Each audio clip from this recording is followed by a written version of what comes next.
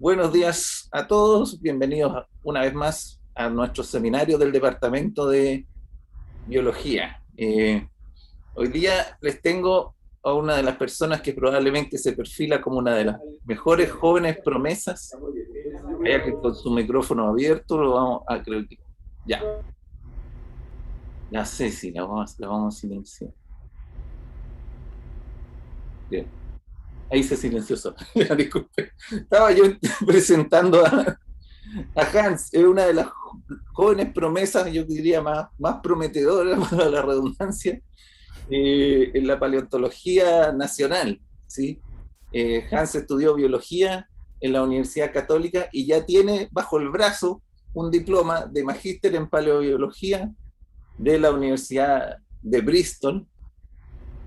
Este no se nos va a poder escapar porque tuvo la mala idea de postularse una beca a Chile, entonces va a tener que devolverse a Chile.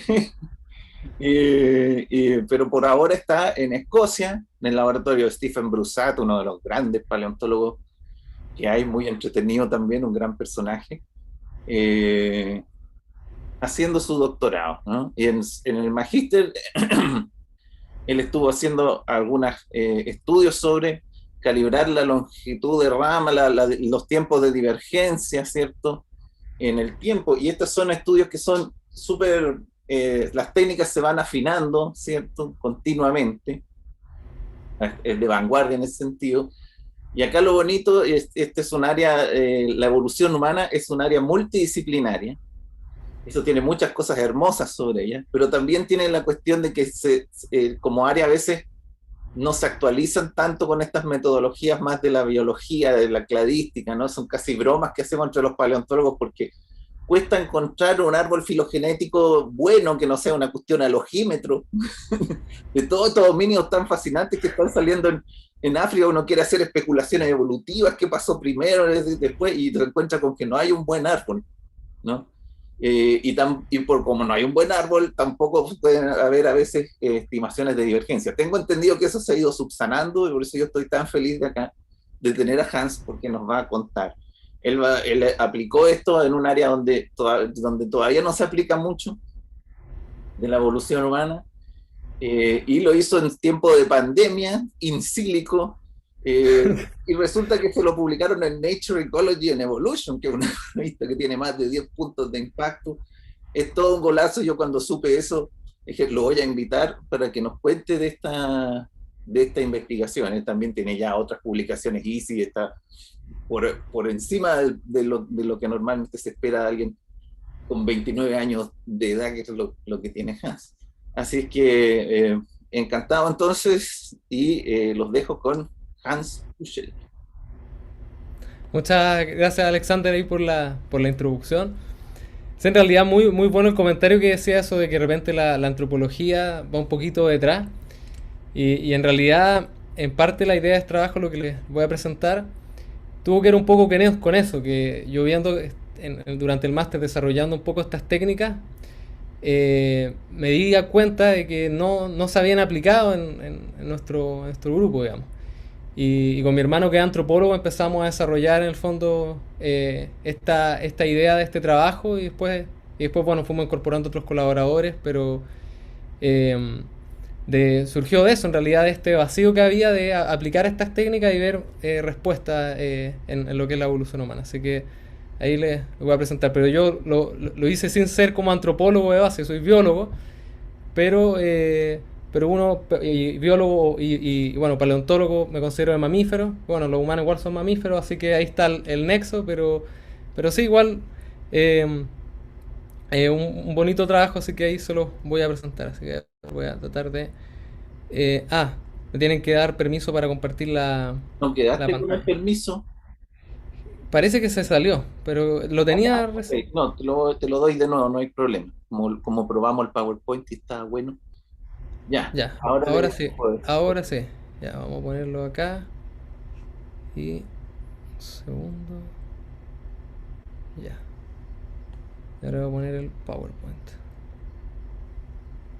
Ya. ¿Se ve bien? Sí, perfecto. Ya, perfecto. Entonces, el título de mi charla es El origen de Homo. estimando tiempos de especiación en homininos y su implicancia en tendencias de encefalización y tamaño corporal. Entonces, a modo de introducción, digamos que hay grandes preguntas que uno tiene, digamos, en lo que es biología evolutiva. Una de las cuales es cómo están emparentadas las distintas especies vivientes y cómo se relacionan también estas especies con las especies extintas del registro fósil.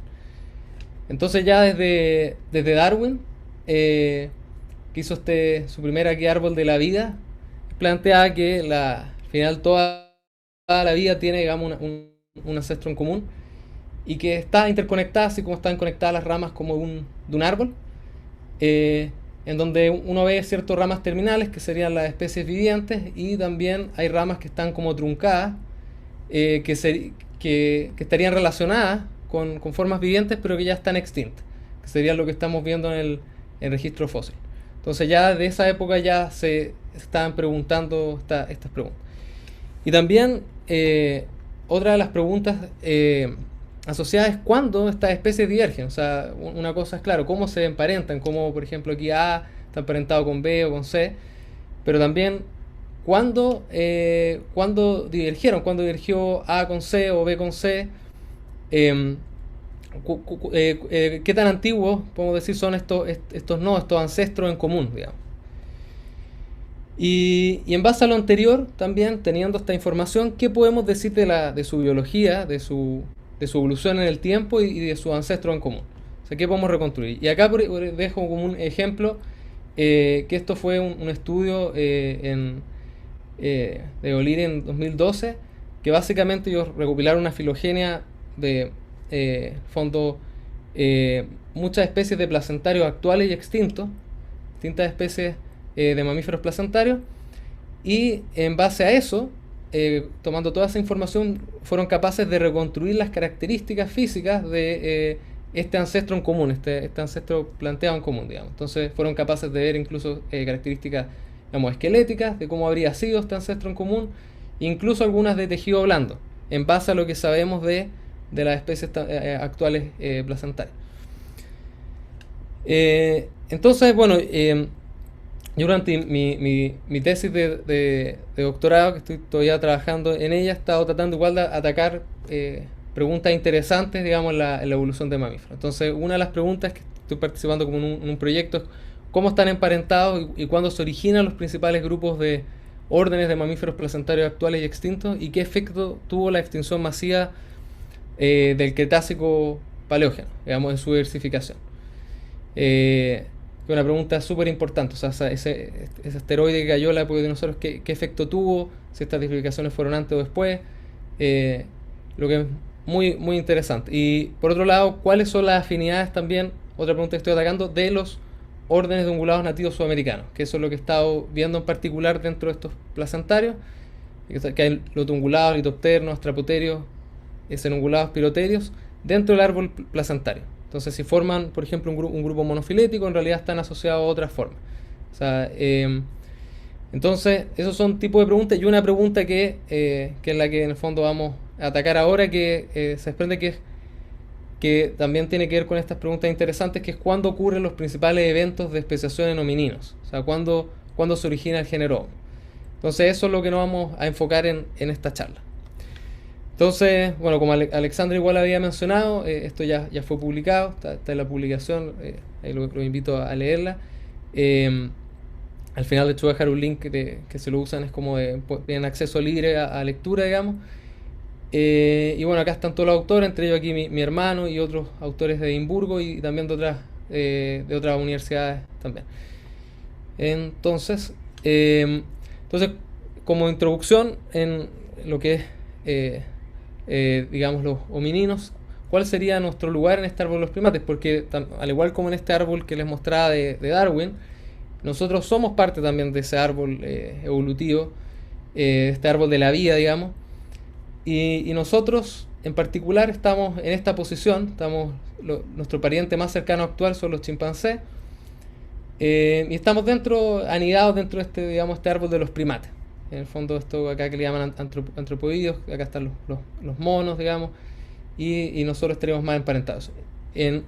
Y bueno, en esta charla y en el estudio que realizamos, nosotros nos enfocamos más en esta parte del árbol, o sea, en dentro de lo que está gorilas, que fue nuestro, digamos, nuestro outgroup, y chimpancés y humanos, y en particular nos enfocamos más estas, volviendo al árbol de Darwin, estas pequeñas ramitas que estaban extintas, digamos, de que no llegaban a la actualidad, que están en esta línea que lleva hacia los humanos.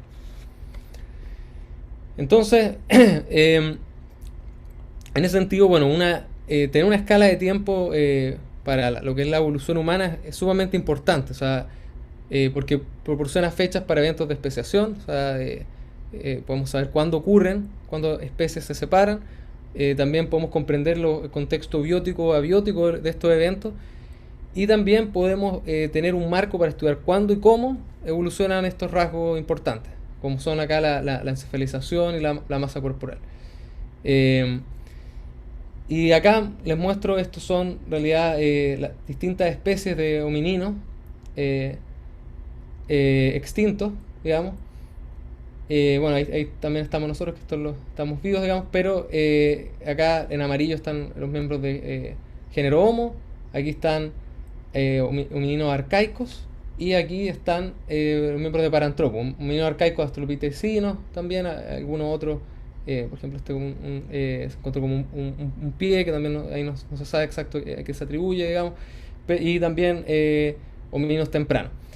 Y bueno, básicamente lo que ustedes ven acá son los rangos de primera aparición en el registro fósil y última aparición. Entonces son rangos temporales en que uno dice, ok, esta especie vivió de tal a tal fecha. Eso uno lo ve, digamos, en la estratigrafía, donde aparece, donde uno encuentra el primero y el último y dice, ya, entonces si encontré el primero aquí y el último está acá, entonces al menos esta especie vivió desde este punto en el tiempo, por ejemplo, desde aquí hasta allá, digamos.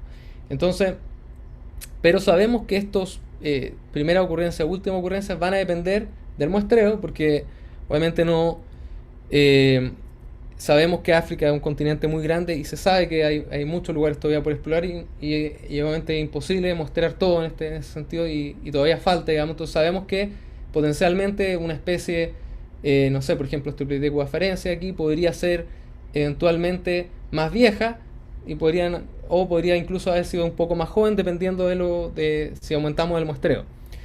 Y también la preservación, que sabemos que el registro fósil no es un registro así continuo, sino que en realidad son pequeñas ventanas en el tiempo, digamos, y entonces es incompleto.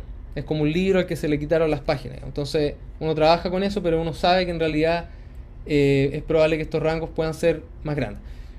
Entonces, estudios previos, teniendo esta incógnita, usaron estimaciones estadísticas basadas en información estratigráfica para estimar qué tan antiguos, digamos, podían ser los linajes, o sea, sacar estos intervalos de confianza. O sea, esto que está en gris, digamos, es lo que sabemos, y esto sería lo estimado de acuerdo a ciertos modelos matemáticos que pueden incluir, por ejemplo, la cantidad de horizontes fósiles que hay, o también incluir probabilidades de muestreo, probabilidad de preservación y eso. El tema con esto es que solo se puede aplicar para linaje en específico y nada dice por ejemplo, cómo las especies o del momento en que especies divergen. O sea, uno estudia, por ejemplo, acá un australopithecino, qué sé yo, pero no hay más información de eso. Entonces, con ese tipo de métodos es más difícil estudiar, por ejemplo, tendencias en lo que es encefalización y tamaño corporal. Porque sabemos que desde los homininos más tempranos a los más, digamos, más recientes, o sea, de los más antiguos a los más recientes, aumentó la capacidad craneana notablemente. Obviamente, esta capacidad craneana obviamente va a depender del tamaño corporal. Entonces sabemos que algunos homininos eran más grandes, por ejemplo Homo sapiens era bastante grande, Homo erectus también, o Neanderthalensis, pero otros como Strepitococcus afarensis o Homo habilis eran bastante pequeños. Entonces también hay que corregir de alguna manera también eso, y lo vamos a ver después, para tener como entender también una manera de lo que es la encefalización, digamos, que sería el tamaño corporal corregido, o sea, el tamaño cerebral corregido por el tamaño corporal. Entonces ahí surgen ciertas preguntas clave. La primera es cuándo divergen las diferentes especies de homínidos, cuándo se origina nuestro propio género Homo, cuándo ocurrieron también cambios importantes en la encefalización y la masa corporal en la evolución humana y a raíz de eso se aumentó la encefalización, fue un aumento así continuo en el tiempo, o en realidad vemos que no fue así o varió en distintos linajes de homínidos y como pregunta general, ¿existen tendencias evolutivas importantes en la evolución humana? Entonces esas eran las grandes preguntas que teníamos al hacer este estudio. Y para responderlas lo que necesitamos, volviendo al árbol de Darwin, necesitamos un árbol filogenético. Entonces, lo que hicimos fue ver qué fuentes de información teníamos disponibles. Entonces, fuente de información teníamos fuente de información anatómica, o sea, teníamos matrices morfológicas, en donde, claro, se codifican ahí como les mostraba ese ancestro placentario, esos distintos caracteres, uno los codifica con números, digamos, para cada hominino, y de eso se tenía 391 caracteres de todo el cráneo, viendo distintos aspectos del cráneo y de los dientes. También tenemos información lo que es molecular, también se ha logrado extraer ADN, hay genomas completos de ADN mitocondrial disponible en una base de datos que se llama GenBank para homininos existentes y algunos extintos, y también hay estratigráficos, o sea, de dónde se encuentra sabemos, se hacen técnicas de datación radiométrica y se puede saber, digamos, más o menos con cierto obviamente error, qué tan antiguo es el hallazgo. Todo esto se puede actualmente meter a cierto software, en este caso lo que usamos fue MrBayes, para realizar una técnica que se llama Total Evidence Dating, ¿ya? O datación de evidencia total, sería la traducción en español. Y lo que da eso, si uno mete todos estos datos, los analiza, origina árboles datados en el tiempo. O sea, tenemos los árboles y sabemos cuándo ocurren los eventos.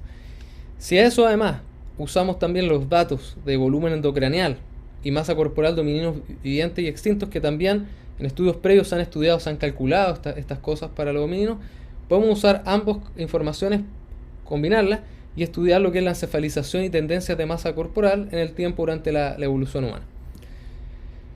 Entonces, voy a tocar muy brevemente esto, pero explicarle un poquito más del análisis. Estos análisis en realidad se basan en lo que es el teorema de Bayes, que es lo que ven acá, esta formulita de acá, que básicamente lo que dice que la probabilidad se calcula la probabilidad de los parámetros dados, que sería igual a la verosimilitud, en inglés likelihood, multiplicado por la probabilidad de los parámetros. Eso sería estas probabilidades que se conocen como probabilidad a priori, el prior, digamos. Entonces, básicamente la probabilidad a priori pondera esta verosimilitud. Entonces, básicamente, nosotros lo que hacemos es toda esta información que decíamos, estas fuentes de información disponibles, se incorporan en el análisis como priors,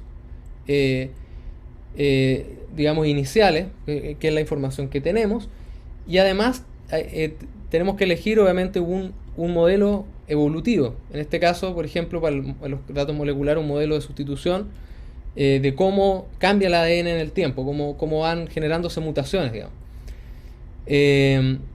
Y eso también lo incorporamos, y también modelos de cómo también cambia la topología, o digamos también modelos como de evolución o de extinción que se le pueden agregar a esto para dar también el largo de rama. Entonces nosotros metemos la información disponible, que es lo estratigráfico, lo anatómico, lo molecular, como priors aquí, usando ciertos modelos para obtener al final estos árboles datados, que al final obtenemos como un cierto árbol de consenso, digamos.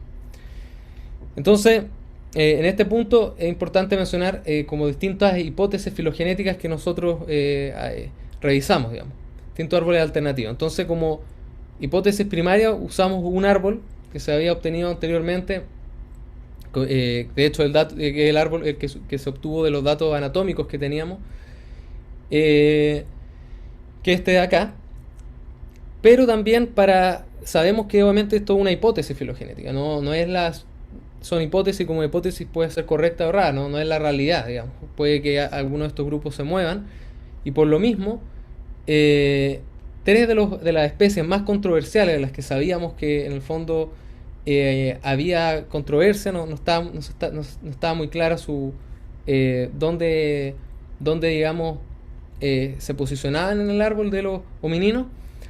Las posicionamos en lugares en que otros estudios decían que deberían ir. Entonces, por ejemplo, Australopithecus sediva, que aquí se encontró en este estudio dentro de lo que sería el género Homo, junto a Homo habilis, probamos otro árbol en que fuera el taxón hermano de Australopithecus africano, que es lo que se había sugerido antes.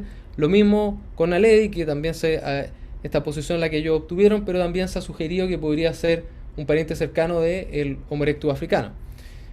Y de Homo floresiensis lo mismo también, aquí se obtuvo aquí como una posición basal dentro de Homo, pero se ha dicho que él vendría, el hobbit, que le llaman el hobbit de Flores, en realidad estaría muy íntimamente aparentado al Homo erectus asiático. En el fondo sería una forma insular de él. Eso es lo que algunos estudios plantean. Entonces probamos estas 4 hipótesis filogenéticas. Entonces en los métodos básicamente teníamos, bueno, este muestreo, que son estos 24 homininos de este estudio anterior, y agregamos denisovanos, que los cuales solo se tiene ADN, digamos. Alineamos las secuencias, seleccionamos ciertos modelos de evolución. De Outgroup usamos el gorila. Las calibraciones que usamos para cada taxón fueron la incertidumbre radiométrica que había para cada uno de los fósiles de los cuales se había extraído digamos, el ADN, o también en el caso de los extintos, que no se tenía ADN de dónde se habían encontrado para esos individuos en particular. Y la calibración de la raíz del árbol usamos una distribución uniforme entre 10 y 12.5 millones de años. ¿Por qué 10? Por Nacalepithecus nakayamai, que se plantea que es un probable miembro temprano del clado de los gorilas, y Civapithecus, que es un pongi, o sea, el clado de los orangutanes, también muy temprano. Entonces la raíz debería estar más o menos entre esas fechas. Entonces dejamos que en el fondo la raíz, el análisis la buscara ahí entre esos dos valores. Las probabilidades a priori de la tasa evolutiva la basamos en estimaciones previas que se habían hecho en estudios empíricos de tasa de evolución mitocondrial en humanos. Y usamos estas 4 hipótesis que mencioné anteriormente, las restringieron 4 análisis independientes. Entonces hicimos esto 4 veces. Bueno, todo esto se corrió en ese software que les comentaba, Mr. Valles, y también lo que hicimos que también es muy importante, evaluamos la sensibilidad de estos tiempos de especiación a cambio de estas probabilidades a priori. Entonces cambiamos un poco estas probabilidades que les comentaba anteriormente a priori, estas informaciones, por otros valores que podían ser potencialmente, porque es como el punto inicial, digamos, donde parte el análisis. Entonces lo cambiamos y lo que vemos es que en realidad al cambiarlo, los resultados en general, o sea, los tiempos de especiación no cambian mucho, son bastante consistentes entre sí. A excepción de aquí, que en realidad es el valor de la raíz, que esto fue cuando cambiamos la probabilidad a priori, porque en Nacalepithecus a veces algunos lo consideran que podría ser un homínido, digamos, más temprano, no parte de miembro de los gorilas, sino que sería más basal todavía.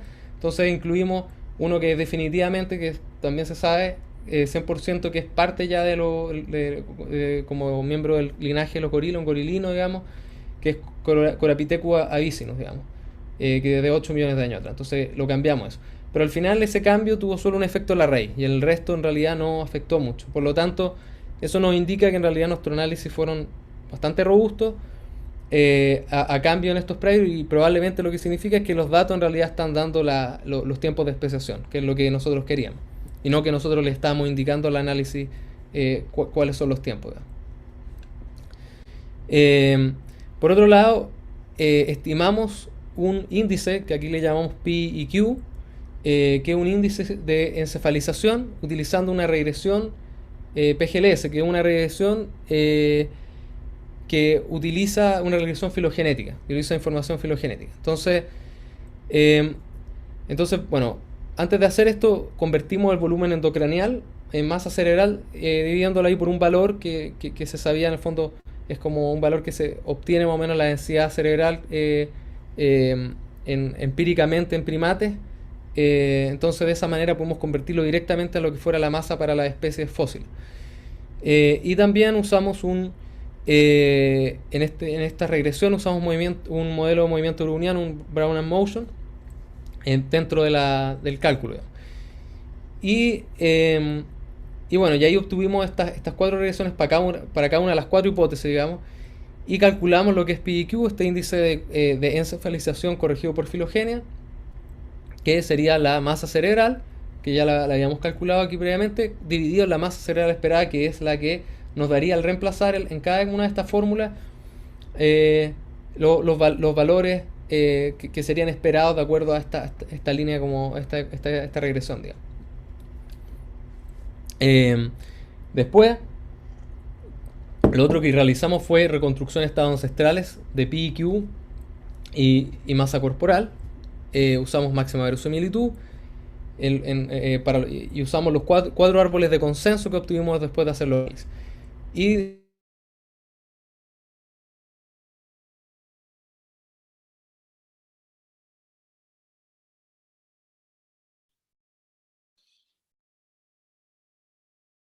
Se me congeló Hans, no sé si ustedes también lo ven congelado.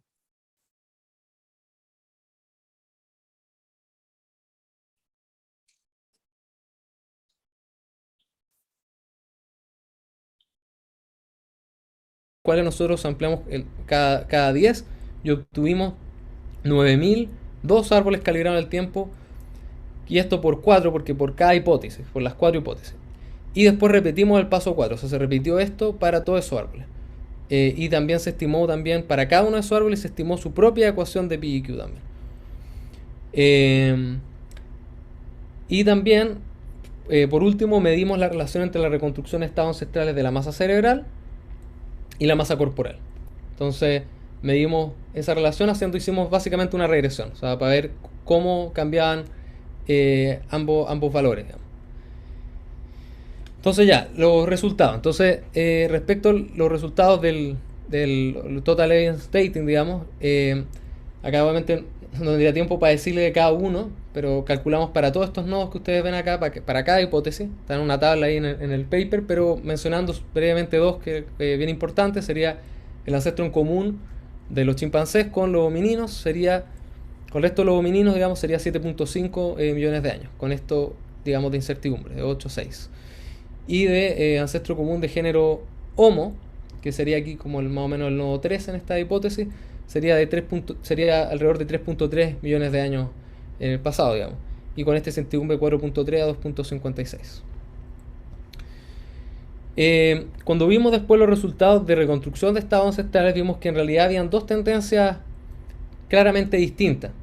Como pueden ver acá, esto claramente, esta regresión no fitea los datos, digamos, esto es evidente, pero si uno la descompone en dos, se puede ver que hay dos tendencias.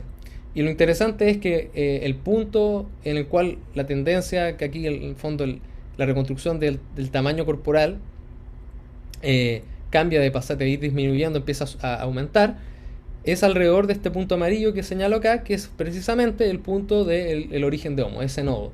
Y eso lo vimos para las cuatro hipótesis, se veía algo similar.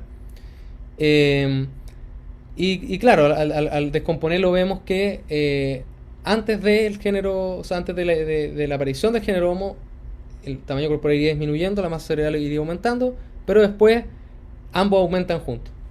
Y en realidad de una manera bastante lineal, o sea, ahí vemos el coeficiente de regresión súper alto, digamos, para todas las hipótesis. Entonces, en base a eso, para el resultado igual, digamos, dividimos en como dos por así decirlo, para explicarlo también más fácil, en dos intervalos la evolución humana. El primero es de 10.4 a 3.3 millones de años. Entonces, a partir de lo que vimos es que a partir de este antepasado común, que era alrededor de 71 kilogramos en las distintas hipótesis, hay una disminución de la masa corporal a 38, a cuando llegamos acá a este nodo 3 aquí, o 12 o 14, perdón, en esta última hipótesis. O sea, en el fondo iba disminuyendo. Después, el PQ, o sea, el coeficiente de encefalización muestra una tendencia opuesta, o sea, de 0,87 a 1,88. O sea, la encefalización que vemos en este gráfico acá aumenta, va aumentando desde nuestro ancestro común con los gorilas hasta nuestro ancestro común con el resto de los miembros del género. Y eliminando a Homo floresiensis de la base de Homo, o sea, moviéndolo en esta hipótesis de acá que lo consideramos como un taxón hermano de Homo erectus asiático, digamos, vemos que el PQ reconstruido es algo mayor. Digamos, en el fondo afecta en ese sentido, aumenta un poquito. Y no hay influencia sustancial de PQ si Australopithecus sedia es el taxón hermano de Australopithecus africano, como en esta hipótesis de aquí. O sea, en realidad, al cambiar ese nodo, digamos, no cambia mucho la encefalización, las tendencias generales que vimos. Ahora, cuando vemos el otro intervalo de 3.3 a 0.6 millones de años atrás, o sea, es decir, del ancestro en común, el nodo aquí 13 hasta el nodo 24, que está aquí, que es el nodo entre Homo sapiens y Neanderthalensis, digamos, lo que vemos es que la masa corporal aumenta de 38 a 65 kilogramos. Entonces, lo interesante es que si uno lo calcula como cambio como en tasa, digamos, cambio de kilogramos por millón de años, son 10 kilogramos por millón de años frente a lo que en el periodo anterior era negativo, menos 4.6 kilogramos por millón de años. O sea, aumenta notablemente. Y por otro lado, Homo floresiensis y Naledi disminuyen la masa corporal del ancestro respectivo. Entonces, lo que vimos es que en realidad, dependiendo de la hipótesis que uno utilizaba, esta disminución iba a ser diferente. Por ejemplo, en Homo floresiensis, si era basal, como aquí dentro del género Homo, esta posición, veíamos que la disminución era alrededor de 10 kilogramos. En el fondo, desde acá el ancestro común disminuía a 10 kilogramos. Si era como en esta hipótesis de aquí, hermano del Homo erectus asiático, la disminución era de 22 kilogramos. O sea, la disminución era mucho mayor en tamaño corporal si en realidad es, digamos, el taxón hermano del Homo erectus asiático. Y con Homo naledi lo que veíamos era que si es que estaba aquí a la base cercano a Homo antecesor, digamos, pero si es que se consideraba hermano del Homo erectus africano, era de 5 kilogramos. O sea, disminuía más si es que, en el fondo, más su tamaño corporal si es que estaba más cercano a Homo antecesor, digamos. Y respecto al PIQ, lo que vimos así tendencia general, o sea, hasta entre el nodo 13 y el 24, vemos que el PIQ tiende a aumentar de 1.88 a 2.88. Y lo que es interesante, o sea, si comparamos con el periodo anterior que estábamos viendo, aquí prácticamente se duplica. O sea, la encefalización, la tasa de encefalización se duplica para este periodo comparativo al periodo anterior, o sea, pasa de 0.14, que era el periodo anterior, a 0.37 por millones de años en este periodo. O sea, realmente hay un cambio, un aumento notable. Ahora, también volviendo a Homo floresiensis y Homo naledi, también muestran algo distinto a como estas tendencias generales. Entonces, Homo naledi, cuando tiene una posición basal aquí dentro de Homo, vemos que en realidad muestra una estasis, muestra una estasis de PIQ, o sea, digamos, la encefalización no cambia mucho, o disminuye, creo, levemente un poquito, pero no cambia tanto. Ahora, cuando es hermano aquí en esta hipótesis de aquí, cuando es hermano de Homo erectus asiático, la disminución es de 0.52 de este coeficiente de encefalización. Ahora, si Homo naledi también, en el caso de Homo naledi, si Homo naledi está a la base de Homo antecesor, como lo que vemos acá, podemos ver que el PIQ disminuye alrededor de 0.85 en 1.3 millones de años, lo que da como un cambio de negativo, digamos, de 0.65 PIQ por millón de años. O sea, disminuye bastante rápido. mientras que si es taxón hermano de Homo erectus también hay una disminución, pero la disminución es menor. Disminuye 0,69 y también temporalmente también la tasa sería también menor. Ahora, si comparamos con Homo sapiens tiene un aumento extremadamente rápido de PIQ de su ancestro en común con Homo neanderthalensis, que va de alrededor de 2.88 a 3.22 en 0.55 millones de años, o sea, en 500.000 años más o menos, y eso da una tasa de 0.62 PIQ por millón de años, o sea, en realidad es notablemente mayor a la que uno calcula como en general para el periodo y a la que había anteriormente. Y lo interesante si la comparamos con la de Homo naledi, en el caso de Homo naledi tiene una tasa algo parecida pero negativa. O sea, diciendo de otras maneras, como lo que nosotros aumentamos en nuestro linaje de cerebro, Homo naledi lo perdió. O sea, como una tasa parecida. Ahora, en términos de incertidumbre de las reconstrucciones de estados ancestrales, básicamente esto que les comentaba, demostrar estos 9.000 árboles para cada una de las hipótesis, lo que vienen los puntos rojos son básicamente los árboles de consenso, las estimaciones para los árboles de consenso de estados ancestrales, digamos, para los distintos nodos. Y básicamente vemos que para tamaño corporal es realmente, o sea, los árboles de consenso representan, o se puede decir, resumen bastante bien la diversidad que había de árboles en los análisis. Por lo tanto, bastante consistente aquí. Y en el caso de PIQ, vemos que, claro, aquí se ve que está un poco más como sobre, entre comillas, estimado, pero en realidad hay que tomar en cuenta que PIQ para los árboles, para estos muestreos, lo calculamos para cada árbol individual, por lo que el índice cambió cada vez. Entonces, en realidad, ahí el índice cambia un poquito porque va a depender del largo de rama que se dio para cada árbol. Entonces, eso es básicamente por eso este cambio, pero lo importante aquí es que estas tendencias generales se mantienen. Eso es es lo que vemos. O sea, que si uno sube el otro baje, qué sé yo, y eso es lo que vemos comparado con estos árboles muestrados.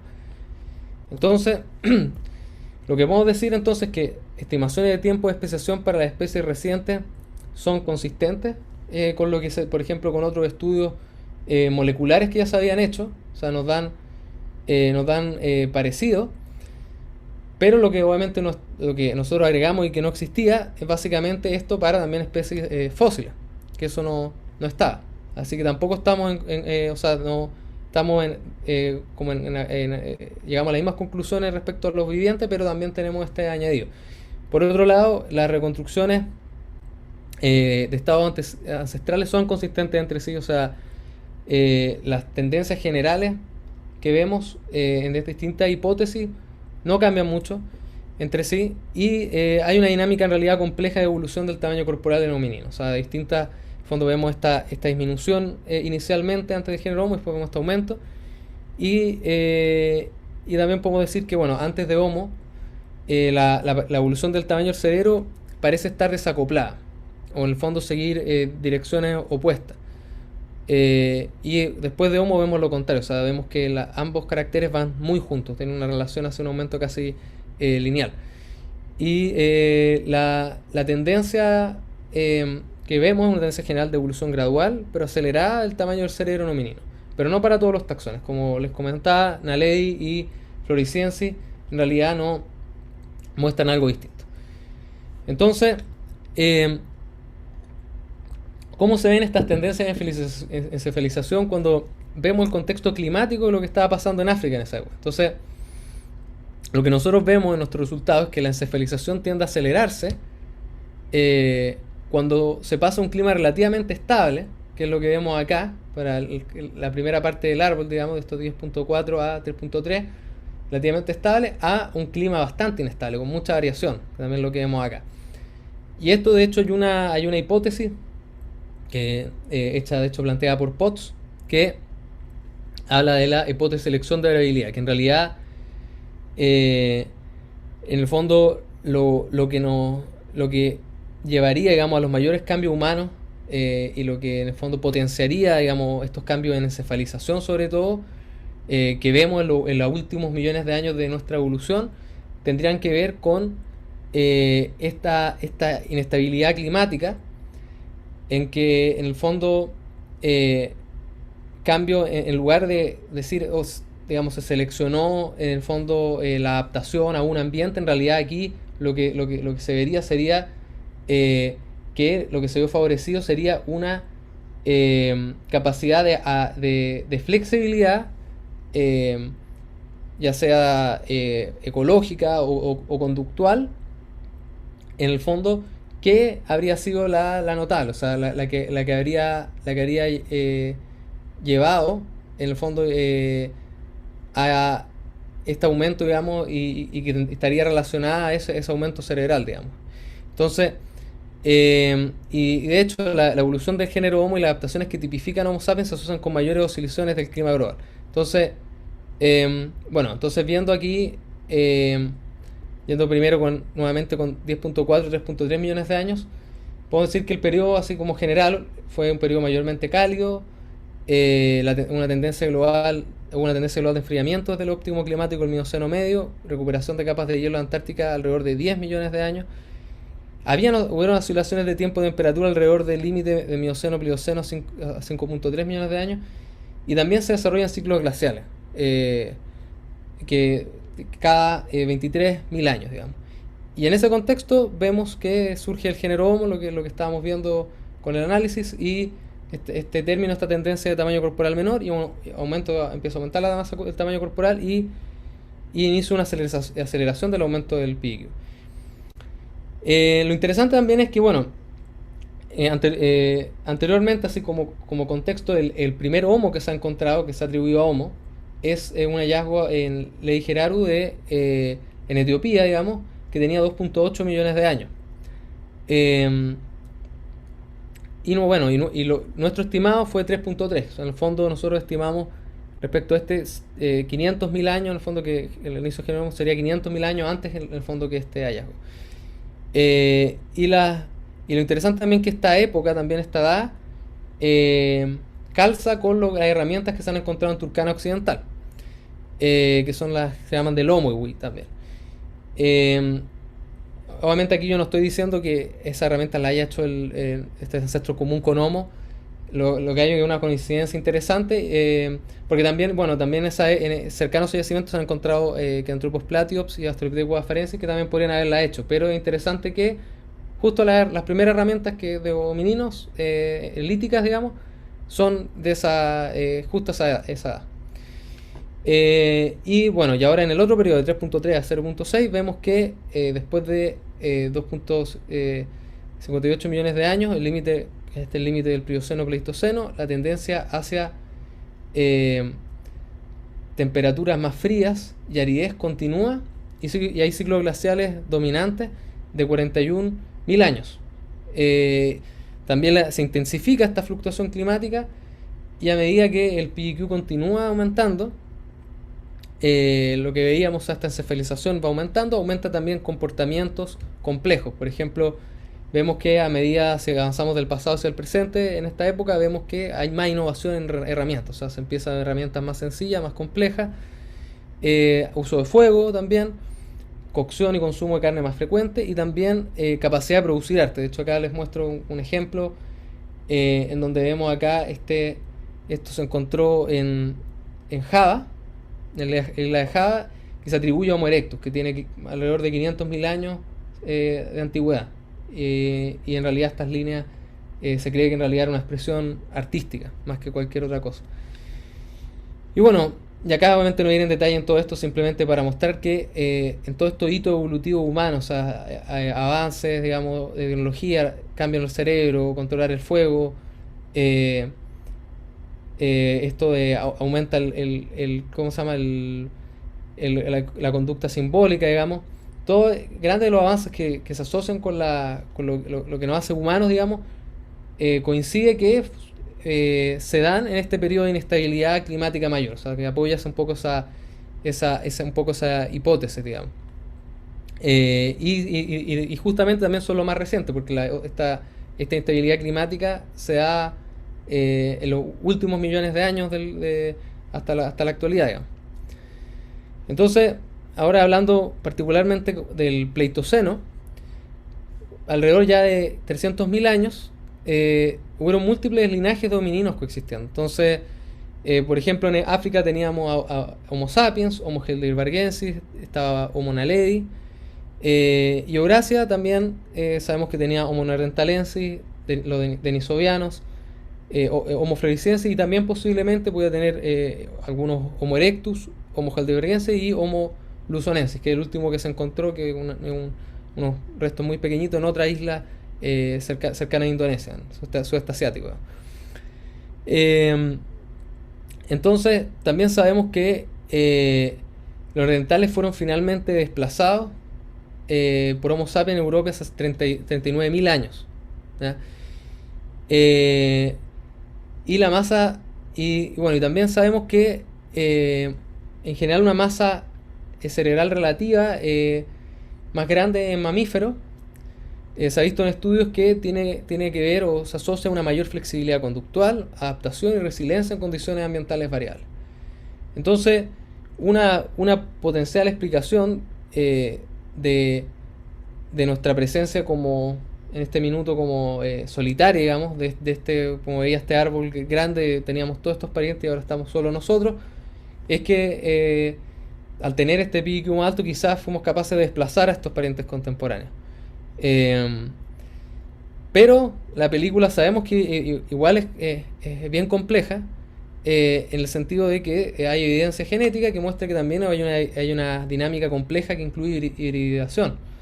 Entonces, por ejemplo, acá este es un review de este año, lo recomiendo bastante interesante, como resumiendo como todo lo que sabemos de los últimos millones de años en la evolución humana.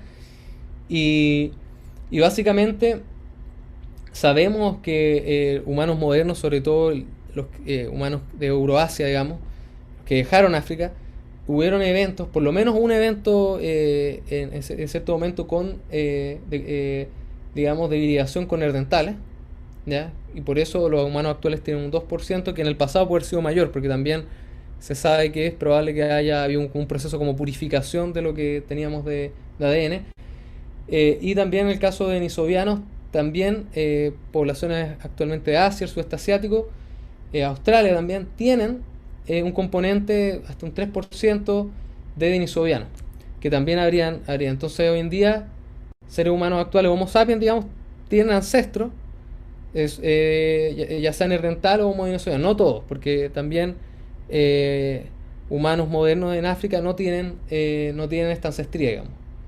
Pero aquellos que tienen, por ejemplo, una ancestría europea, es probable que tengan algo de neandertales en ellos. Algún antepasado, un tatara, hasta muy arriba, abuelo que era un neandertal. Entonces quizás también, además de este desplazamiento, también pueden haber sido absorbidos si es que en la población humana, si es que la población humana moderna era más grande. Quizás simplemente fueron asimilados dentro de lo que éramos nosotros. Pero bueno, pero también para esta otra especie de Homo floresiensis no hay evidencia de cruza, digamos, y simplemente se extinguen. Pero también hay un evento aquí que es bien interesante, que también quizás en una cruza ahí entre denisoviano y un super arcaico, que ahí podemos decir podría haber sido, todavía se especula que puede haber sido, se comenta que puede haber sido quizás Homo erectus o quizás algún tipo de, como Homo antecesor, otro hominino antiguo, digamos. Bueno, ahora comentando un poco Homo floresiensis, conocido como el hobbit de Flores. Bueno, sabido que bueno, esto fue encontrado en Flores, en esta isla, aquí en Indonesia. Y lo que se ve es que, y lo que nosotros vimos también en todas las hipótesis filogenéticas, es que hubo una reducción de tamaño corporal. Y esta reducción es probable que haya sido como un medio de disminuir el gasto energético. Lo que uno ve en muchas especies en islas, por ejemplo, acá está este elefante que también de Flores, digamos, que era un pequeño elefante nativo que también se vio que era muy pequeñito. Entonces también quizás ese mismo proceso que se vio en el elefante ocurrió en los homininos de ahí. Pero también sabemos que distintas hipótesis filogenéticas, como les decía anteriormente, dan distintas tendencias evolutivas en Homo floresiensis. Entonces sabemos que si es que la evolución del tamaño corporal y encefalización Homo floresiensis es mucho más espectacular si el taxón deriva de un Homo erectus asiático. Digamos, si en el fondo si es un Homo erectus asiático que disminuyó su tamaño corporal, que llegó como cruzó, llegó ahí y por esto disminuyó el gasto energético, qué sé yo, con el tiempo, llegó a a darse que era, en el fondo, o sea, que tenía este tamaño corporal más pequeño y encefalización más pequeña, eh, sería mucho más espectacular todas estas reducciones si hay en eso. Pero estudios más recientes favorecen la hipótesis de que Homo floresiensis en realidad se deriva de una posición más basal de Homo, lo que favorece este escenario de estasis de encefalización. Además, por otro lado, lo que nosotros también vimos que esta reducción, como les comentaba, de encefalización, no, de hecho, bueno, la reducción de tamaño corporal, o sea, perdón, de tamaño cerebral, no se explica simplemente por la reducción de tamaño corporal. O sea, en realidad la encefalización de Homo floresiensis disminuye notablemente si es que viene Homo erecto. Entonces, lo que ahí también es un paso más allá, incluso de decir que simplemente se achicó. Entonces, pero lo que se dice es que vendría de un linaje Homo que salió antes. ¿Qué linaje? Difícil saber, pero tiene rasgos anatómicos que lo alinean más con, por ejemplo, Homo habilis y Homo rudolfensis.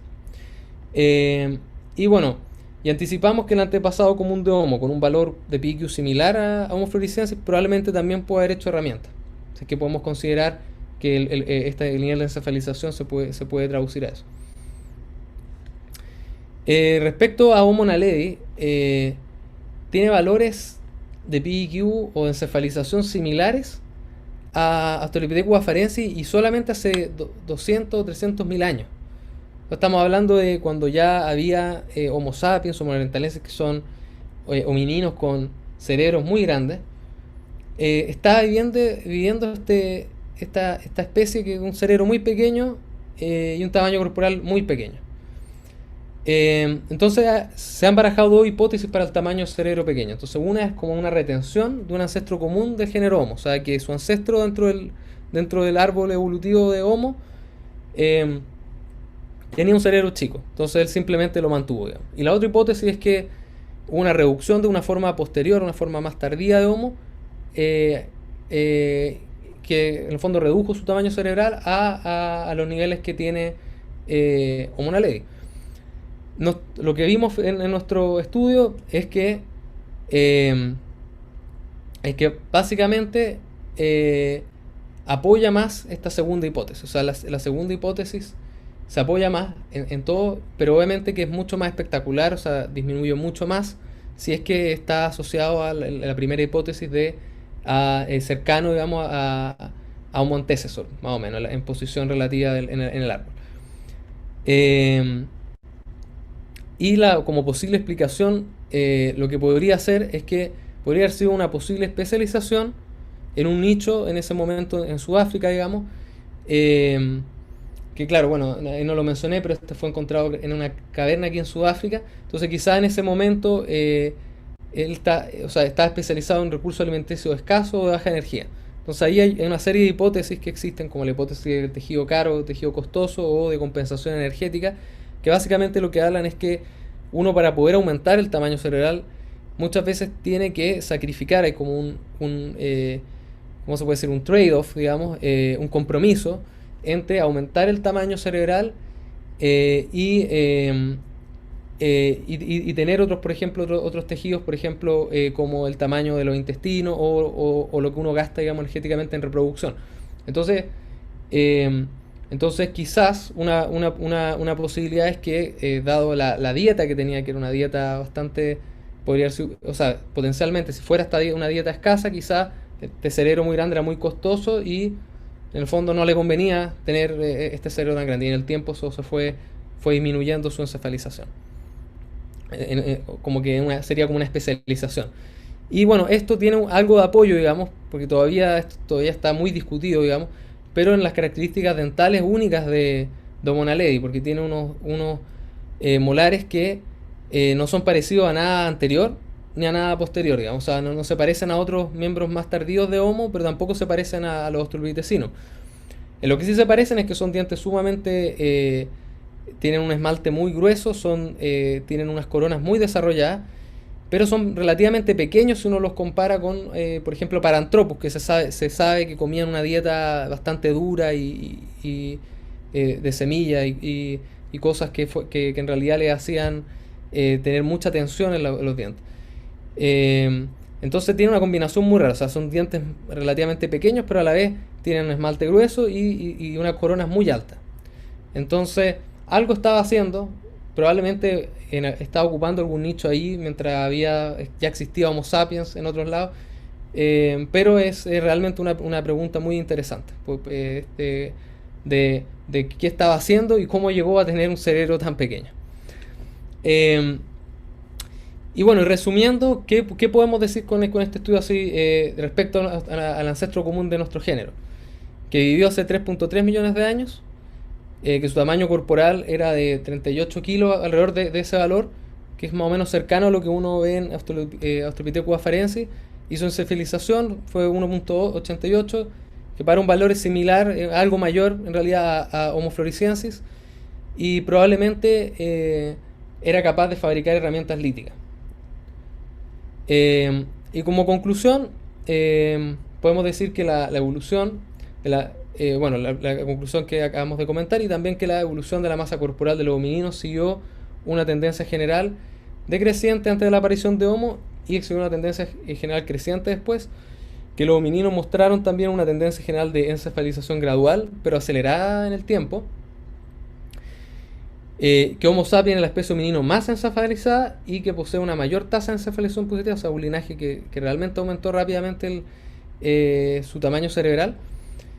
Y Homo floresiensis y Naledi no siguen estas tendencias generales, o sea, muestran otras tendencias de encefalización y masa corporal. Y por último, para saber más, bueno, ahí les dejo un link de las publicaciones de libre acceso, o sea, la pueden leer libremente, y también ahí otro link que es como de la historia detrás del paper, ahí contándole un poco cómo surgió y cómo se fue gestando todo este trabajo. Así que eso sería y muchas gracias. Sí. Gracias a ti, Hans. Sumamente interesante. Eh, Tenemos una pregunta del profesor Francisco Chávez. Bueno, disculpa porque estoy con el celular, así que no los veo, no veo mucho bien si me están viendo o no, digamos. Pero ¿me escuchan bien, cierto? Sí, Sí, yo al menos bueno, escucho bien. ya, hola Hans.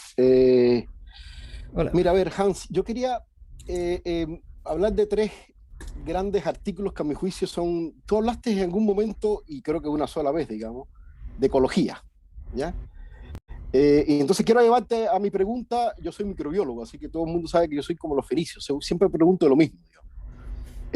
Así que te voy a preguntar sobre dieta, te voy a preguntar sobre agricultura, pero primero te voy a dar un contexto de tres grandes artículos para mi juicio que para mí son esenciales, digamos, en todo esto del desarrollo del cerebro, ¿cierto?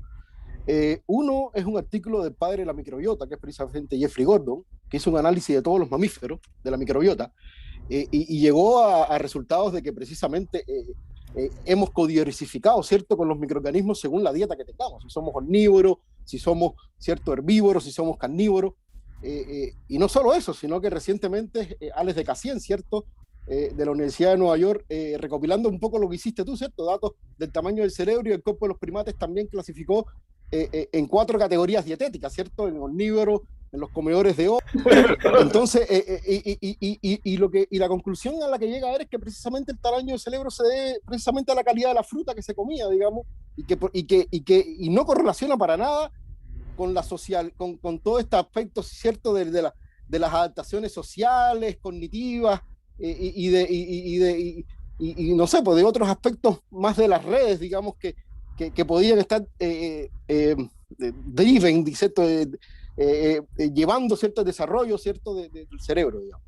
Y lo otro que tenemos actual es lo que sabemos hoy día. Si uno analiza los caprolitos de hace 2000 años y los de ahora, en tema de microbiota, hemos visto una expansión total de microorganismos, de la diversidad por producto de la industrialización de la comida, y eso está teniendo un impacto, yo no sé, en el cerebro, digamos, y eso quería preguntarte de paso, digamos, pero sí claramente en la masa corporal, digamos, si somos mucho más obesos que antes, y eso es debido completamente, digamos, a los cambios también en la dieta, en la microbiota. Entonces, mi pregunta es a eso, digamos, cómo de alguna forma en todo esto análisis, yo creo que, ¿por qué no poner a los microorganismos también? ¿Por qué no poner a la agricultura como algo que pudo también, o el comer grano, todos esos aspectos ciertos ecológicos que tú decías, y hablar entonces de este genoma total que hablaba Maturana, digamos, que no solamente evoluciona el Homo con sus genes, sino que millones de microorganismos con él que algo tienen que decir en ese eje cerebro-intestino, digamos. Claro. Pero tu pregunta es como después del origen de la agricultura, cuando No, hay ese cambio de dieta, o en general. En general. Ah, en Siempre, general. en el Porque, desarrollo de los mamíferos, en el no, desarrollo claro, de sí, los primates, en el desarrollo de Homo, de los homínidos, dentro de todo, poner en la ecuación la dieta que claro. comían. No, sí, en general, Y bueno, cómo eso obviamente, puede tener un impacto en el tamaño también, digamos. claro.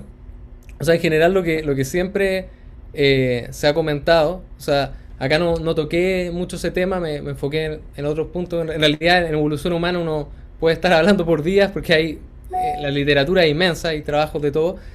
Pero lo que siempre se habla que el cambio, bueno, sí lo mencioné un poco, que fue lo que es la cocción de alimentos y también el aumento de la carne en la dieta. Que siempre se ha comentado que ese fue también un gran cambio porque permitió, si tú cocinas los alimentos, estos liberan más nutrientes.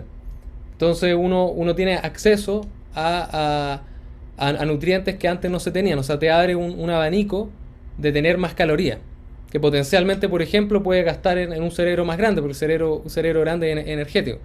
Eh, por otro lado, también, bueno, consumo de carne es otro nutriente que se comenta que, claro, de nuestros ancestros probablemente eran quizá un poquito más carroñeros, qué sé yo, no tan cazadores activos, que también ahí habría un cambio. Y yo creo que probablemente la microbiota puede haber tenido un rol exactamente cuál, así como que llevara algo en el tamaño del cerebro, no lo sé, no he leído como al respecto, pero sí los cambios como de dieta hacia nivel general, de todas maneras es algo. De hecho, lo que un poco comentaba con el caso de Homo naledi, que es bien particular, que muestra la tendencia opuesta. O sea, todos estaban más o menos aumentando esa cefalización, o gran parte, estaban haciéndose cerebro, teniendo cerebro más grande, y él la disminuye. Y precisamente ahí yo creo que el tema fundamental, y que lo mencioné un poco, es el tema de la dieta. Que claramente los dientes están mostrando que él está comiendo otra cosa, que no están comiendo los otros homos, y es probable que eso no fuera tan como nutritivo energéticamente, y quizá eso llevó eventualmente a esa disminución. Ahora, respecto al otro que mencionaste, como de después como de la agricultura, qué efecto, en realidad, al menos bueno, en este trabajo nos enfocamos antes de eso, o sea, nada de lo que dije toqué No, por ese supuesto. punto, pero al menos de lo que se ha visto no ha tenido gran efecto. O sea, de hecho, si uno en aspecto, estaba hablando de aspecto tamaño cerebral relativo, digamos, si uno compara los como los miembros, digamos, de Homo sapiens, cazador-recolector, con los actuales, de hecho, lo que uno ve, si uno toma el tamaño cerebro así como general, respecto a esta época postindustrial, ha disminuido actualmente. O sea, ha disminuido, en realidad, en vez de aumentar, ha disminuido. Eh, pero claro, obviamente eso es indicativo, o sea, puede tener muchas cosas, pero en realidad una disminución muy leve, y también nuestro tamaño corporal ha disminuido. Porque también son digamos, otras presiones, otras cosas que están ocurriendo hoy en día, otros procesos. Pero claro, eso no lo vimos, nuestro enfoque fue como más atrás de eso, digamos. Y todos los valores fueron calculados, claro, a los miembros más tempranos de nuestro como linaje. No sé si Bueno, respondo bien la pregunta. sí, igual te voy a compartir el paper de Alex de Cassien, digamos, porque el título es muy sugerente, digamos, está publicado en Nature Ecology y dice el tamaño del cerebro de los primates se predice por la dieta y no por la socialidad. Así Ah, que, claro. Ya, sí, ya se me olvidó tocar ese punto. es clave, digamos. Claro, Olvídate, por dice justo ejemplo, que no es lo mismo vivir en América, es decir, que en Europa, digamos, que en claro, África. No es lo mismo, claro. digamos. Es decir, No, sí, ese punto se me olvidó tocar. Sí, lo que se ha visto también es que en el fondo el tema, claro, el tema como de la fondo, pucha, se me fue el punto que iba a comentar, pero eh, ¿qué iba a decir? Se me escapó. Claro, claro, bueno, sí, ya se me fue el punto, pero en realidad un poco eso del tema claro, que eh, teniendo acceso, Mi punto, Hans, es de que de alguna forma incluir a los microorganismos en las ecuaciones, digamos, claro, de estos análisis evolutivos, digamos, porque para mí son esenciales. Bueno, pues soy microbiólogo y creo que es esencial en todo, digamos, pero eh, claramente tienen que ver, digamos, en la dieta, sí, la dieta tiene que ver en los microorganismos que desarrollamos y eso claramente tiene un impacto, digamos. Entonces, claro, por ejemplo, desde el punto de vista de ustedes, la dentición, por ejemplo, para mí algo es clave, es el tema de la dentición, digamos, y comparar claro, precisamente, juntar esos parámetros, juntar lo que se sepa, digamos, de los aspectos más ecológicos, digamos, de qué tipo de dieta tenía, si comían frutas o comían solamente hojas, qué sé yo, digamos. Es decir, claro, tratar de alguna forma incluir esos parámetros porque yo creo que algo tienen que decir al respecto, digamos. No estoy diciendo que claro. sea lo fundamental, sino que se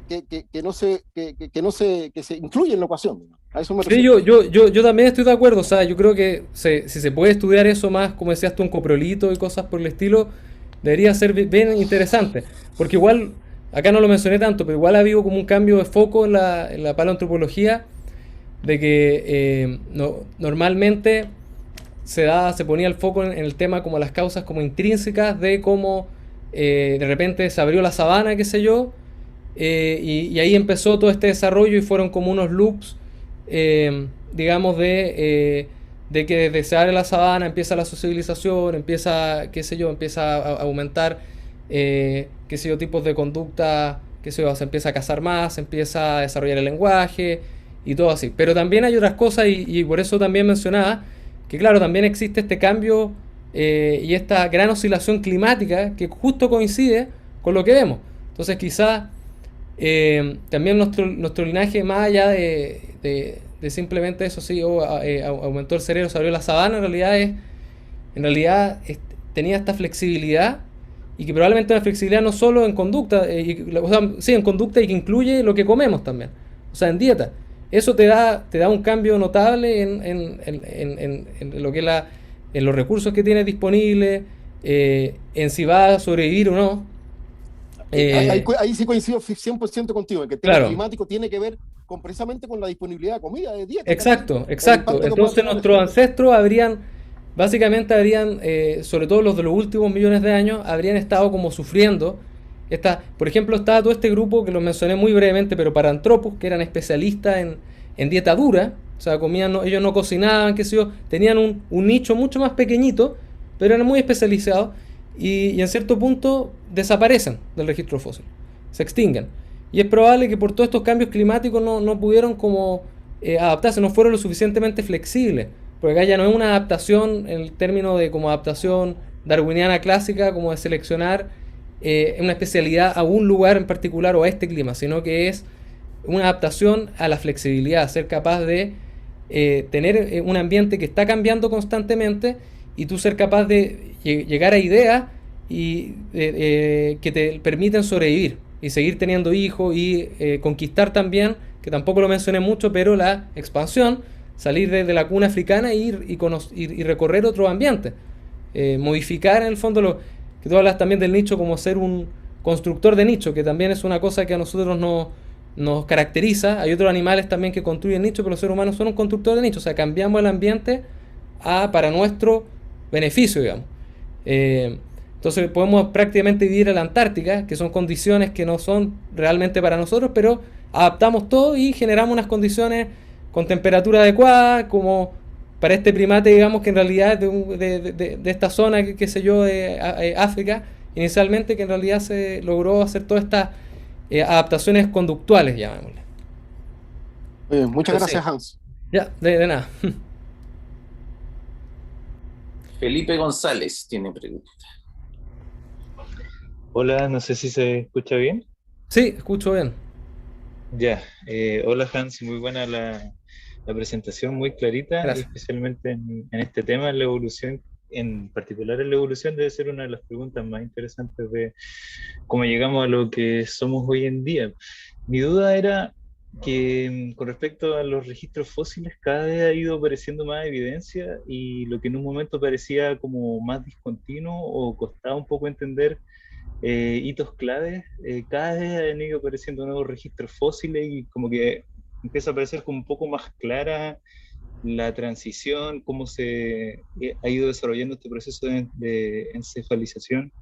No sé si puedes comentar un poquito más sobre eso, si bueno, yo me imagino que se espera que sigan apareciendo registros fósiles y que la imagen empiece a aparecer más completa, pero si siguen quedando lagunas entre medio en este proceso, en donde se puede explicar cómo esta transición desde etapas más ancestrales al desarrollo del humano actual. Claro, muy buena pregunta. Sí, mira, en realidad el registro fósil siempre van a haber algunas lagunas, digamos. No, imposible tener así como una cosa, así como unas líneas continuas. Sería así lo ideal, pero es difícil. Pero sí es cierto que es interesante, pero en los últimos, no sé, yo diría 20 años, yo diría que han habido dos grandes hitos o cosas que han ido apareciendo. O sea, por un lado, porque de antes de eso igual ya se tenía más o menos, por así decirlo, la película más o menos clara como general. O sea, están homininos, qué sé yo, aumento tamaño cerebral, todo, pero yo mencionaría que claro, se han refinado mucho los rangos temporales, que eso sí es un tema también. Se han encontrado nuevas especies de homininos, como por ejemplo, creo que el año pasado fue, o el antepasado, yo no estoy seguro con todo esto de la pandemia, pero Homo luesensis, digamos, ese es como el más nuevo, que es más o menos parecido a lo que Homo floresiensis, o sea, que homínino que vivía en un ambiente insular. También Homo floresiensis, también Homo naledi, que lo interesante con ellos es que te cambian un poco el esquema y te muestra que en realidad al final, un poquito como ese esquema que mostré al inicio de Darwin, no es que uno tenga, y yo intencionalmente, porque yo creo que en gran parte si ustedes han visto charlas de evolución humana clásicas, ven esa escala o esa línea del el humano más agachadito, o sea, como casi un, no sé, como un australopitecino o no sé qué es en realidad, medio agachado, después otro un poquito más derecho, otro más así y el otro erecto, digamos. Y yo adrede lo hice porque eso va a una imagen de hecho Stephen Jay Gould lo decía de esa evolución que lineal, como que uno va detrás del otro y en realidad la evolución no es así, o sea, uno tiene un árbol de múltiples ramas en el tiempo, entonces es muy difícil rastrear exacto este el ancestro, uno intenta de la mejor manera que puede, pero siempre van a haber ramas que no van a estar. Eh, pero bueno, lo que te diría ya, bueno, la primera parte diría que se han encontrado hartos nuevos fósiles que han hecho esta historia mucho más interesante, en mi parecer.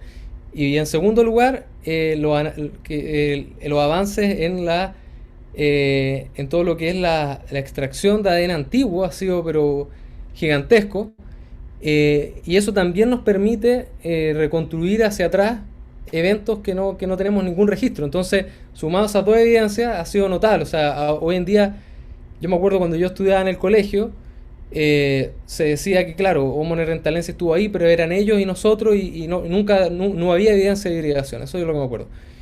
Y hoy en día se sabe que genéticamente, si alguno de nosotros tiene ancestría europea, entonces tenemos un neandertal. O sea, algún ancestro directo de nosotros era un neandertal. Lo que yo no encuentro notable. Y sabemos ahora otra especie que de denisovianos que eran muy pequeñitos. O sea, se encontraron una falange, un par de molares, no se sabe cómo eran, pero sabemos que era otro hominino viviendo y también se tenía. Entonces, es toda una película que en los últimos años ha ido como complejizándose, pero a la vez enriqueciéndose, yo diría. Y es muy interesante. No sé si ahí respondo o tu pregunta, pero eso Sí, diría. no, súper. Muchas gracias. De nada. Don Víctor Castro, profesor, adelante. Hola Hans, oye, Hola. interesante tu charla, me gustó mucho, Gracias. bien, me encantó, en serio. Tenía dos preguntas, una más técnica primero, relacionada con estos análisis bayesianos para estimar los tiempos de divergencia y claro, y cómo evoluciona cierto rasgo. Primero, tú decías que tenías cuatro hipótesis que ya estaban dichas desde antes, ¿cierto? O establecidas previamente. Mi pregunta es, técnicamente, ¿eso tú lo analizaste? ¿Restringiste esas topologías ¿O tomaste de la población de árboles cuáles eran consistentes con esa hipótesis? Ok, claro. Sí, buena pregunta. Mira, lo que hicimos fue básicamente nosotros no calculamos un árbol nuevo, digamos. Porque en realidad este estudio, y eso igual es se puede decir lo bonito, lo interesante, en realidad este estudio es una idea buena. Porque en realidad los datos estaban allá afuera. Nosotros simplemente los tomamos y hicimos algo nuevo con eso, digamos. Entonces, en realidad como la matriz ya estaba hecha y ya había dado una hipótesis, digamos de topología, no vimos como la necesidad de dejarla libre y tratar de estimarlo, porque además Ya. es mucha incertidumbre y normalmente estos análisis dan muchas politomías, entonces, y en realidad no estábamos incorporando información nueva respecto a la morfología. Pero para las puntas que sí tenían ADN, las que sí le incorporamos, las dejamos libres. O sea, eso no lo restringimos, eso quedó libre, digamos. Entonces, ahí digamos, esas puntas del árbol, digamos, podían moverse donde quisieran y llegaron a esas posiciones, que igual coincidían con lo que se había visto un poco anteriormente, lo que es bueno igual.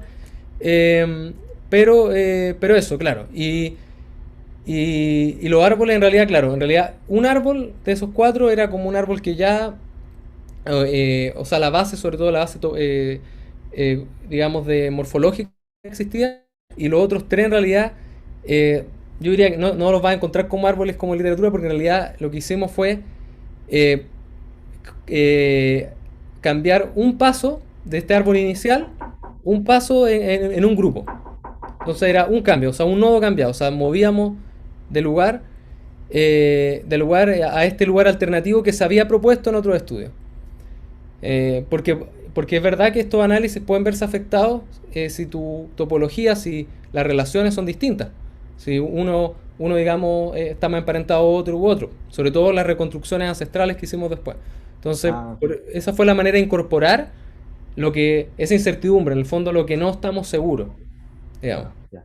Ahí me queda más claro, claro, porque me llamaba la atención que en tu árbol en inicio no mostraba robustez, entonces, claro, me respondiste esa pregunta también de que, claro, ustedes no estimaron el árbol, entonces ya partían con la topología de la hipótesis a priori. Entonces, Claro, ya.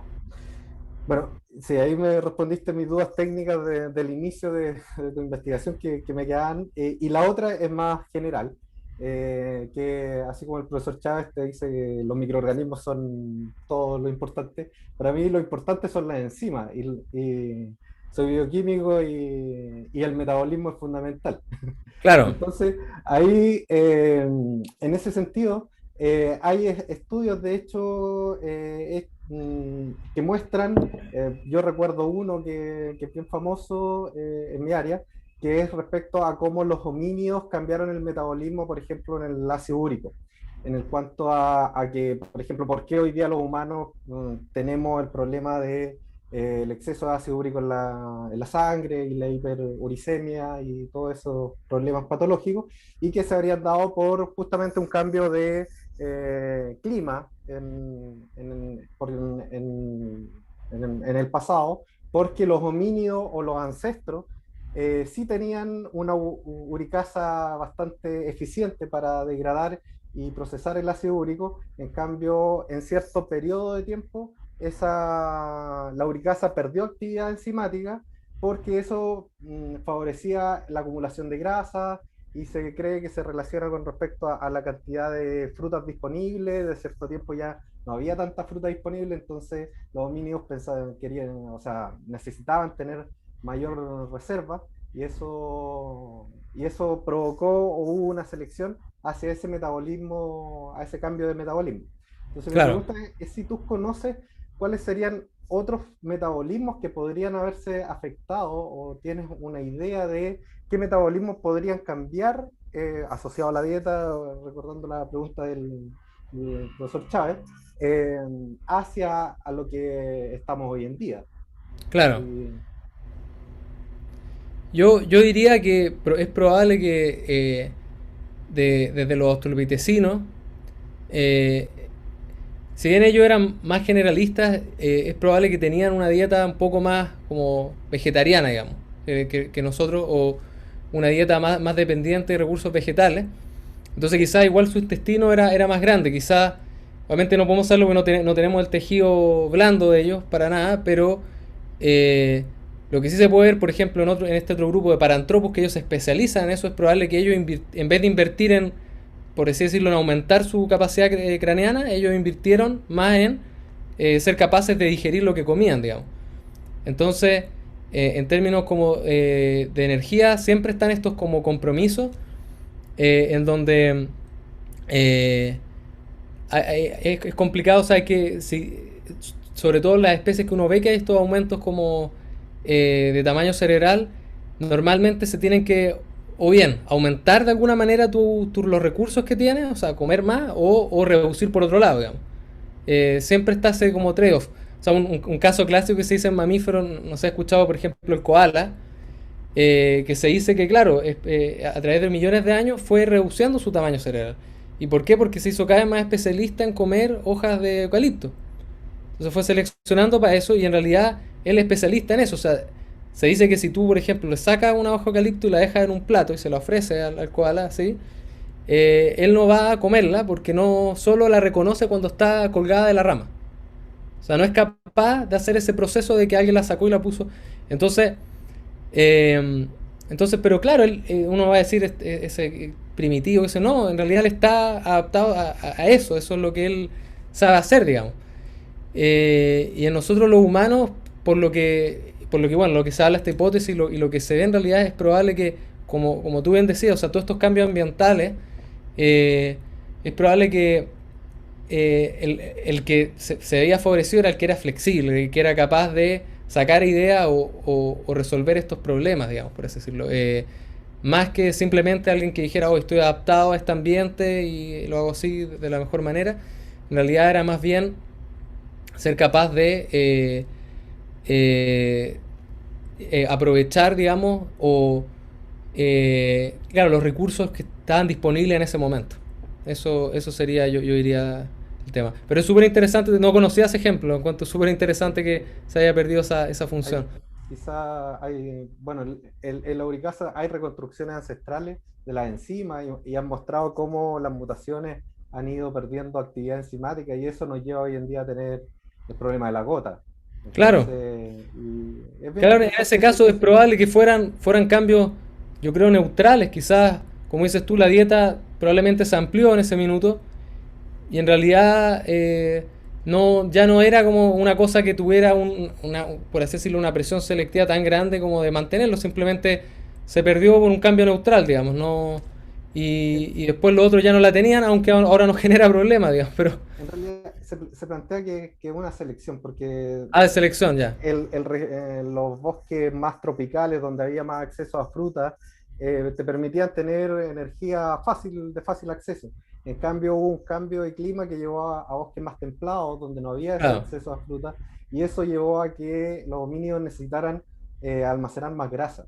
Y al almacenar más grasa, el ácido úrico cumple un rol en el metabolismo que te permite almacenar más grasa. Entonces, los homínidos nos llevó a nosotros a seleccionar que seamos más gorditos hoy en día, que tengamos mayor capacidad de almacenar esta molécula. Porque si tú reconstruyes las proteínas ancestrales de la uricasa, tienen mucha actividad uricasa, los ancestros, pero cuando llega al linaje homínido se pierde esa actividad y la actividad baja mucho, porque se cree que se almacena. Entonces mi pregunta, claro, era si había otro metabolismo quizás donde que tuviesen un ejemplo similar o de acuerdo a la dieta, porque ese es un ejemplo claro. Pero bueno, gracias. No, de nada, sí, espero haber resolvido alguna pregunta, que no es mi especialidad el metabolismo, pero es interesante. Vamos a cerrar con pregunta de Jorge Podosis. O comentario, no sé.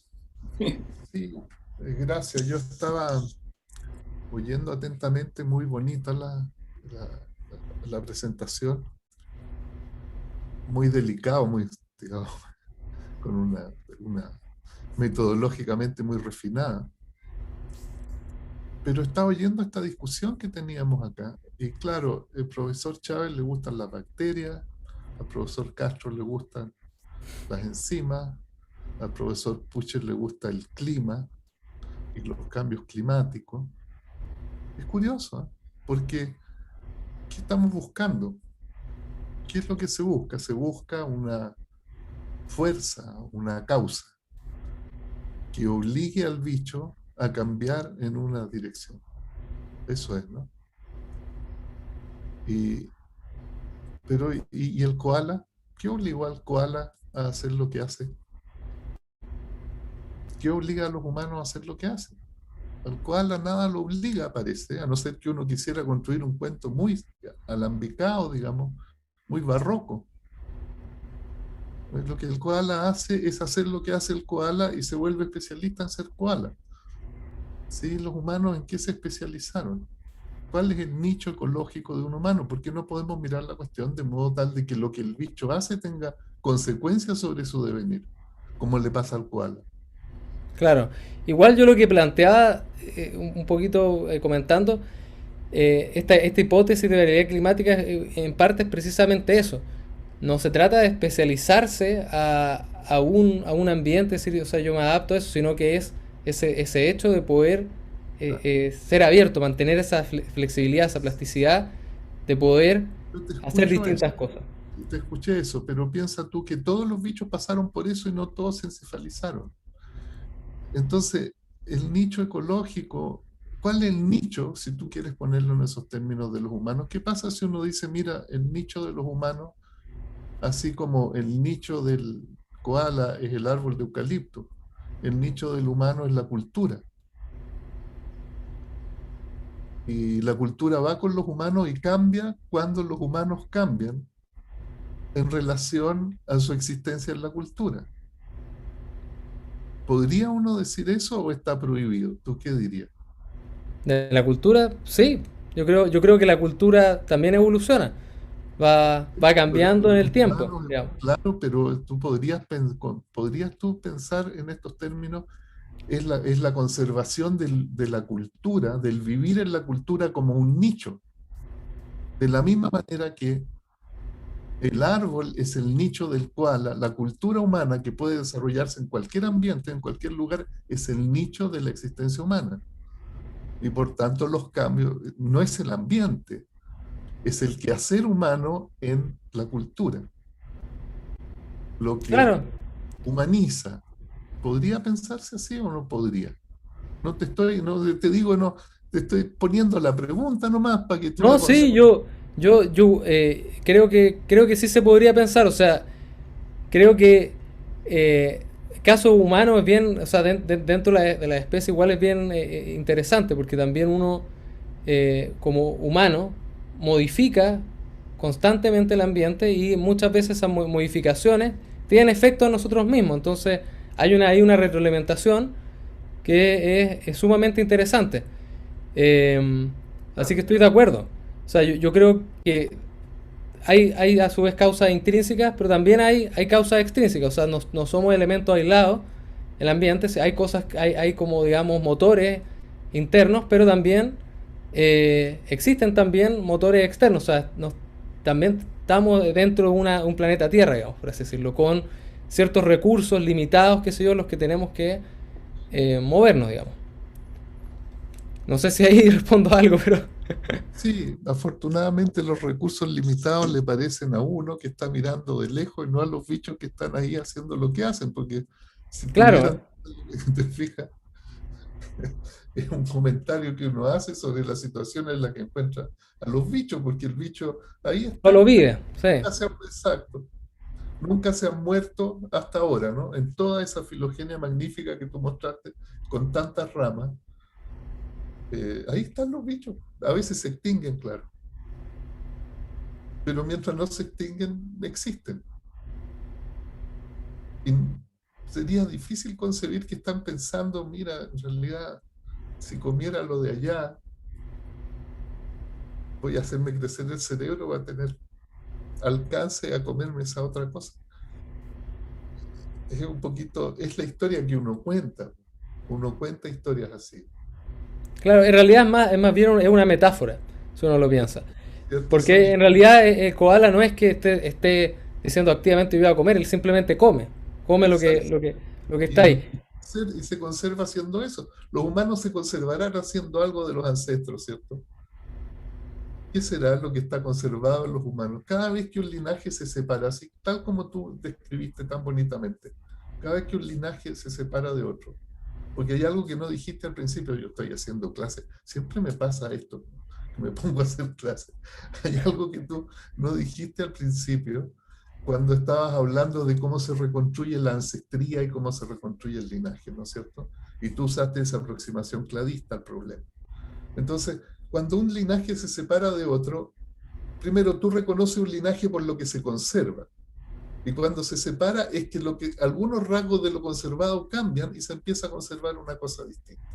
Entonces en el nuevo linaje tú tienes cuestiones conservadas y cuestiones nuevas que aparecieron en ese linaje respecto del ancestral. Y así es como, comparando los presentes, hacen la reconstrucción del ancestro. O sea, ¿qué está conservado en los homínidos de los ancestros? Todos estos bichos son sociales. La socialidad está en todos ellos, Claro. antes y en los antiguos. Yo te diría que en la socialidad lo conservado, en el koala está conservado, un montón de cosas están conservadas. Y hay un cambio en la dieta. Pero sigue siendo un marsupial en todas las otras dimensiones de su Claro. existencia. Entonces, en los humanos hay algo conservado y algo nuevo que aparece en los homínidos. Homínidos, ¿cómo se llaman? ¿Homínidos? Claro, es que está esa distinción, pero homínino sería como incluye a los chimpancés y todo y nuestro linaje. Porque al final dentro del árbol de los primates, nuestro pariente más cercano hermano son los chimpancés, digamos. Con los bonobos también. Entonces, claro, y los bonobos. Entonces, en este grupo Homo hay algo común con los ancestros y algo distinto. Yo, así como al profesor Castro le gustan las enzimas y al profesor Chávez le gustan las bacterias, y a los antropólogos, digamos, a los antropólogos físicos les gusta el clima, a mí me gusta la cultura, como, Claro.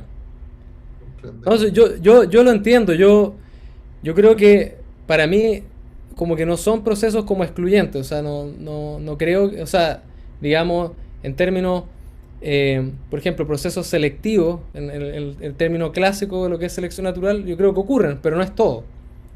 Eso es el tema principal. Y también hay muchos procesos que son neutrales, que en realidad simplemente ocurren y que los animales tienen y que continúan a tener. Pero cuando hay procesos que significan la vida o muerte de un animal, esos procesos pueden ser seleccionados, digamos, porque va a significar que vive o muere. Y si muere, no tiene hijos, y si vive, sí los tiene.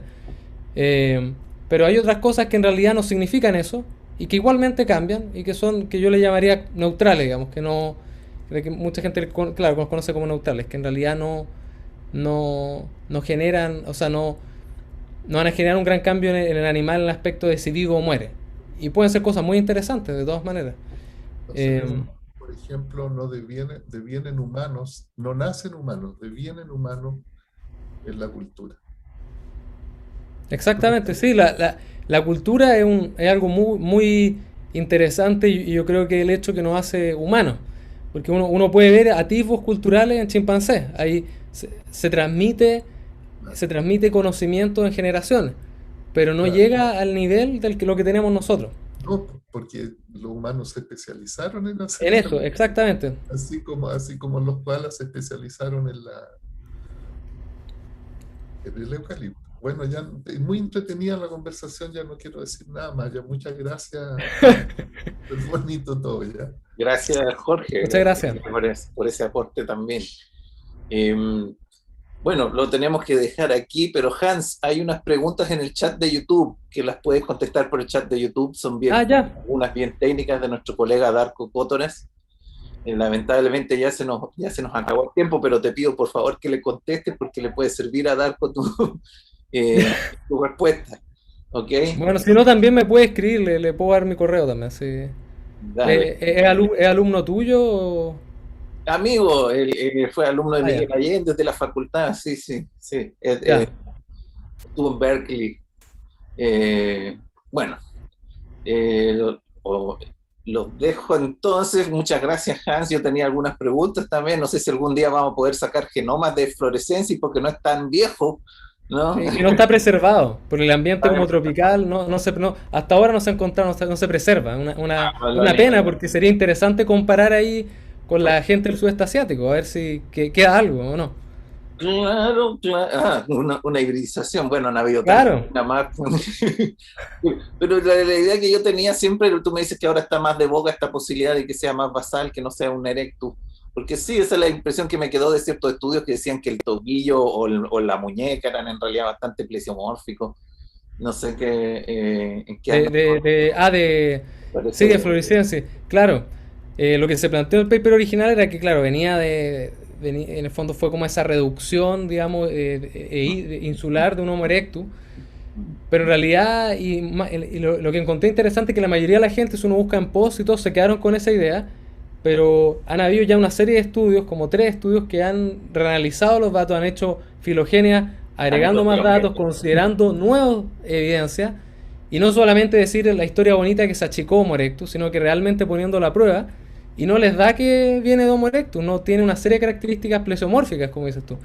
Entonces, en realidad aparentemente es otro linaje Homo salió, y un Homo basal que salió de África y que probablemente era chiquitito, porque los primeros Homo eran chiquititos.